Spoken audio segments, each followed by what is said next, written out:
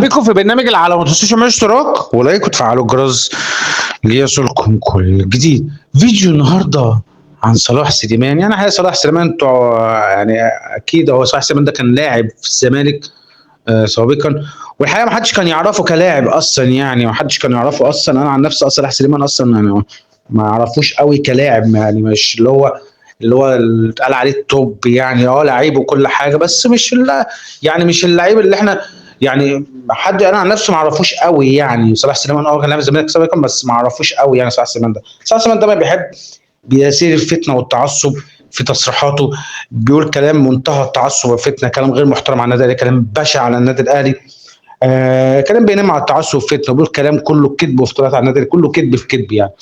فطبعا صلاح سليمان طبعا هو بيقول حاجات اصلا مش مجرد واقع، بيقول حاجات من وحي خارج، واضح الاهلي عمل له مرض نفسه، عمل له تعب نفسه، عمل له عقده من السنين يعني.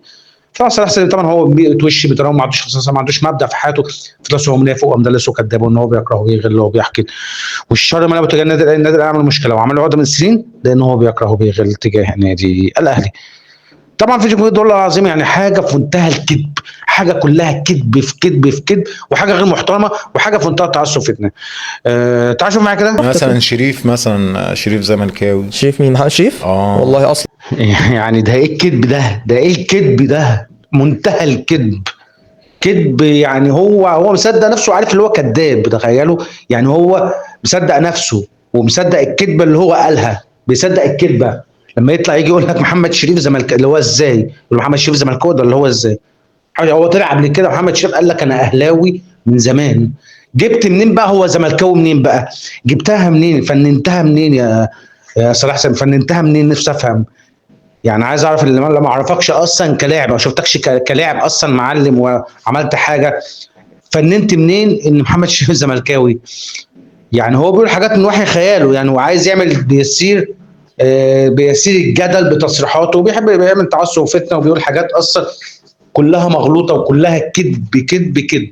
فكامل يا جدعان كله كذب في كذب في كذب، ان هو يطلع اشاعات زي دي والكلام كله كذب. فطبعا صلاح سليمان طبعا هو كاره للنادي الاهلي وحاقد على النادي الاهلي. صلاح سليمان اعرف حجمك قبل ما تتكلم عن النادي الاهلي. استنوا في حلقه بكره من برنامج العالمي. السلام عليكم. رايح للأهلي أنسى